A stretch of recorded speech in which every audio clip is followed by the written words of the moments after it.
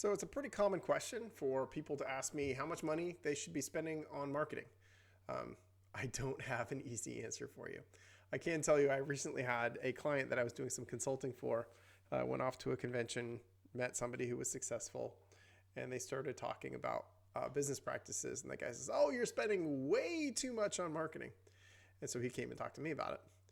And I was like, well, let's look at that. And we crunched the numbers, and no, he was absolutely not. And it was pretty easy to back it up by looking at national numbers. So,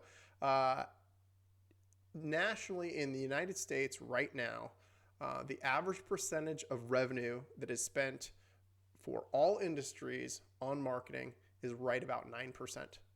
That's the current number. Now, it will vary greatly from industry to industry, and it will also vary depending on whether you are trying to gain market share, which is a common thing to try to do in a down market like now, or have aggressive growth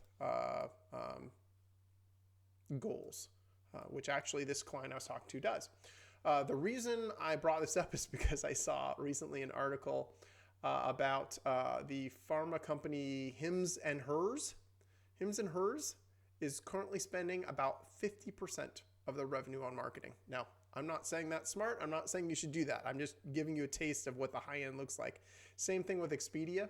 Expedia spends about 50% of their revenue on marketing. So it may be that you should only be spending 5%, but just be aware of the huge range, and take into mind when you do research about this, look specifically at your industry, and also think about your percentage of revenue you want to spend on marketing with regard to your growth goals. Hope that helps.